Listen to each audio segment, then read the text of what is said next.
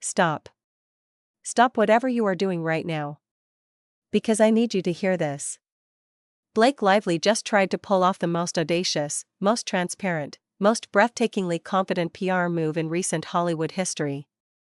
And I need you to understand the sheer boldness of this moment, because the timing alone should have you absolutely cackling. The settlement papers were not even cold yet. The court documents were still being downloaded and shared across Reddit threads. People were still finding contradictions in the legal filings. The text messages were still being screenshotted and reposted across TikTok. Fans were still building timelines and highlighting inconsistencies frame by frame like this was a Netflix true crime documentary. And Blake Lively, in her infinite wisdom, looked at all of that chaos still unfolding in real time, and decided, you know what? Now. Right now. This is my moment. Let's launch the comeback. Let's go. 5 business days. 5. That is all she waited after waving the white flag in court. And suddenly, like someone flipped a switch, every single major entertainment outlet in Hollywood started publishing the exact same story at the exact same time. Blake Lively is ready for her power era. Blake is moving forward stronger than ever. Blake refuses to hide. Blake is reclaiming her throne. And the internet took one collective look at all of this perfectly coordinated, suspiciously identical, clearly manufactured coverage, and absolutely lost it. Because people were sitting there reading actual court documents. And then they looked up and saw these glossy comeback articles.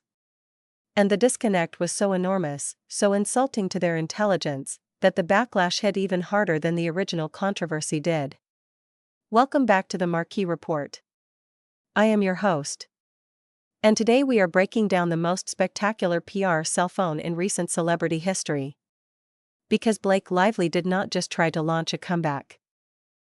She tried to gaslight an entire internet into forgetting what it watched happen with its own eyes. And then Judge Liman, bless him, shut her legal team down so thoroughly and so dryly that people were genuinely laughing out loud at the paperwork. And then Justin Baldoni's attorney Ryan Freedman walked into an interview, calm, smiling, devastatingly composed, and said things so professionally brutal that the entire comment section needed a moment to recover. We are getting into all of it. Stay with me from start to finish. Because every single segment of this video gets wilder than the last. Let's talk about what actually happened, because context is everything here. After months of the most explosive celebrity legal battle in years, leaked texts, $290 million damage claims, sexual harassment accusations, emergency court filings, counter lawsuits, and enough drama to fuel 3 seasons of a prestige TV show, Blake Lively and Justin Baldoni quietly settled. No dramatic courtroom victory. No massive payout announcement. No triumphant statement. Just a quiet settlement. After all of that noise, silence. And then, 5 business days later, the noise started again. Except this time it was coming from Blake's side. Deliberately. Strategically. Loudly. Every major entertainment outlet suddenly had the same story. Word for word, practically identical talking points. Same emotional framing. Same comeback narrative. Same moving forward with grace storyline. And audiences immediately recognized the fingerprints of Leslie Sloan, Blake's legendary PR handler, working what one viral comment described as absolute maximum overtime. One post that went completely viral said exactly what everyone was thinking. Leslie Sloan must have copy-pasted the same paragraph and blasted it to every entertainment outlet in Hollywood, because there is no way this many publications independently decided that Blake Lively was bravely reclaiming her throne at the exact same moment. And that is the problem right there. That is the thing that made people angrier than anything else. Not the comeback itself, the clumsiness of it. The arrogance of it. The assumption that audiences would not notice. Because here is what these articles were actually asking people to do. They were asking them to forget court filings. Forget leaked text messages. Forget depositions. Forget months of watching real legal documents get filed in black and white. And instead, just accept this new narrative. Blake was unfairly targeted. Blake was courageously stepping back into the light. Blake is Hollywood's golden girl returning to her rightful place. And people online responded with 4 words that absolutely ended the conversation. We literally watched it happen. Now here is where it gets genuinely funny, because the PR framing was not just aggressive. It was almost impressively tone-deaf in ways that felt specifically designed to make people angrier. These articles kept describing Blake as the golden girl of Hollywood who suddenly found herself unfairly hated online. A brave woman courageously stepping back into the light after being unjustly targeted by internet cruelty. And people online said, hold on. Back up. Since when was Blake hiding? Because the last time everyone checked, Blake and Ryan were everywhere. Every headline. Every event. Every carefully timed paparazzi walk. Every single grocery store run that somehow ended up on TMZ exactly 10 minutes later. Nobody forced these people into hiding. There was no hiding. The public just got tired of them. There is a massive difference between going into hiding and simply being less interesting than your own scandal. But the framing kept coming. And it kept getting more dramatic. One article literally tried to paint Blake simply showing up publicly as some kind of brave statement, like she was Malala stepping onto the world stage. And people were reading this like, girl, you went to get coffee. This is not a historic act of courage. And the rom-com angle. Oh, the rom-com angle. Because suddenly Blake's big comeback strategy involves reminding everyone she is a lovable romantic comedy queen. New projects. Exciting opportunities. Hollywood is apparently desperate to put Blake back on top. Except people immediately started fact-checking. And they found that one of the big, exciting new projects being dangled as proof of Blake's triumphant return had been sitting in development for years. Going absolutely nowhere. And suddenly it was being presented as fresh evidence that Hollywood was rallying behind her. The side-eye from audiences was instantaneous. Because it did not feel like organic excitement. It felt like a carefully coordinated image cleanup campaign, using a stale project as fresh ammunition. And when audiences feel like they are being played, they say so loudly. And while all of this PR chaos is unfolding publicly, in the actual courtroom things are somehow going even worse for Blake's team. Judge Liman basically shut down another attempt from Blake's legal side to keep pushing things in court. And the judge's response was so dry, so completely unbothered, so thoroughly done with the entire situation, that people online were cracking up reading it. No extra briefing. No additional drama. No extended back and forth. Just, no. A hard, clean, exhausted no. After months and months of emergency motions, dramatic filings, legal theatrics, and what felt like an endless parade of courtroom maneuvers, you could practically feel the judge's complete exhaustion radiating through the paperwork. And audiences watching this found it deeply satisfying. Because it felt like what a lot of people had been wanting to say to the entire situation for months. Enough. Stop. We are done here. And that shutdown lands even harder when you remember the confidence Blake's team came in with. The $290 million demand. The marketing professor from Northwestern calculating reputational damage down to the last dollar. The framing of Blake as a brave woman standing up against a powerful man smear machine. Then, sexual harassment claims dismissed by the court. Latest motion shut down by the judge. Settlement reached quietly with no big announcement. No massive victory. No dramatic win. Just a quiet ending that nobody's PR team can honestly spin into the triumphant narrative they spent months building toward. The public is not stupid. They saw what was projected. They saw what actually happened. And the gap between those two things is enormous. Now. This is the part of the story that had comment sections absolutely on fire. Because Justin Baldoni's attorney Brian Freedman did a series of interviews.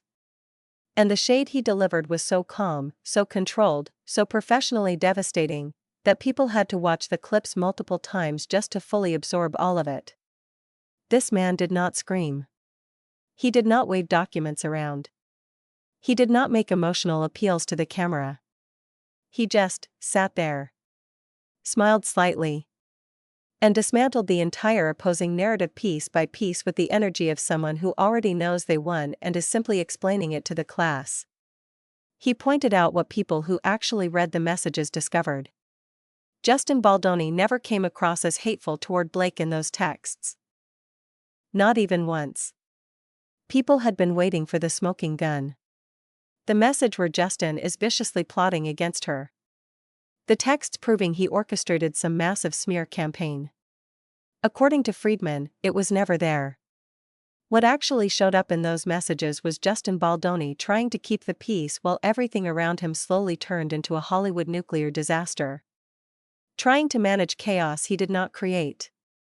Trying to stay professional while being positioned as the villain of someone else's narrative. And that completely reframed how enormous numbers of viewers saw the entire situation. Because for months the public had been told, Justin bad. Justin scheming. Justin running a coordinated campaign to destroy Blake. Then the receipts dropped. And the story looked completely different. Then Freedman casually, almost as an aside, mentioned that Blake's attorney had been having a rough year. Taking losses in other major celebrity cases. And the way he said it was so smooth. So polite. So absolutely lethal in its delivery. He basically smiled and said, yeah. It has been a rough year for him. And every single person watching knew exactly what he meant. The internet practically exploded. Because it was the perfect example of shade delivered so gracefully it almost sounds like sympathy until you realize what was just said. Now let's talk about the situation everyone keeps dancing around but nobody wants to fully address. Ryan Reynolds. Before all of this, Ryan Reynolds had one of the most carefully constructed, most beloved public images in Hollywood. Funny. Charming. Self-deprecating. The sarcastic millionaire who seemed completely harmless and genuinely likable. The guy who could sell anything with a single well-timed joke. But the more information came out during this entire saga, the more Ryan's name kept appearing right in the middle of it. Meetings. Strategy conversations. Text chains. And people started asking a question that got louder with every new document drop. Why does this feel less like Blake Lively's lawsuit, and more like Ryan Reynolds trying to control an entire Hollywood narrative? That question, once it was asked, could not be unasked. And now the wholesome family PR push that followed the settlement is making people roll their eyes at a speed that should be medically concerning. Suddenly there are stories about Ryan being an incredible husband and Blake being the perfect mother and everyone is supposed to just melt and forget an entire year happened. But the public mood is not matching the image being sold. And audiences can feel the disconnect in their bones. The word people keep using is fatigue. Blake fatigue. And even more, Ryan fatigue. Tired of the branding. Tired of the calculated appearances. Tired of the perfectly timed social media posts that used to feel spontaneous and now feel like crisis management in real time. Even the Met Gala became part of the discourse. Instead of people just appreciating fashion, every appearance became a strategy question. Was this planned? Is this step one of the comeback campaign? Was the timing deliberate? Is that dress a message? That is how deep the skepticism runs right now. Nothing feels natural when it comes to Blake and Ryan anymore. And the harder they push the authenticity narrative, the more inauthentic everything looks. Here is the honest truth about what is going wrong. And it is actually very simple. Blake and Ryan are trying to speedrun public forgiveness. And it almost always backfires. Every single time. If Blake had quietly disappeared for 6 months, no red carpets, no PR articles, no insider quotes to magazines, no carefully staged paparazzi moments, Hollywood audiences forget. They genuinely do. Celebrities rehabilitate their images all the time by simply going quiet and letting time do the heavy lifting. But instead, more headlines. More image rehab attempts. More sources close to Blake appearing in magazine stories. More carefully orchestrated appearances. And every single time it happens, the backlash restarts. Because every new article reminds the audience exactly why they were frustrated in the first place.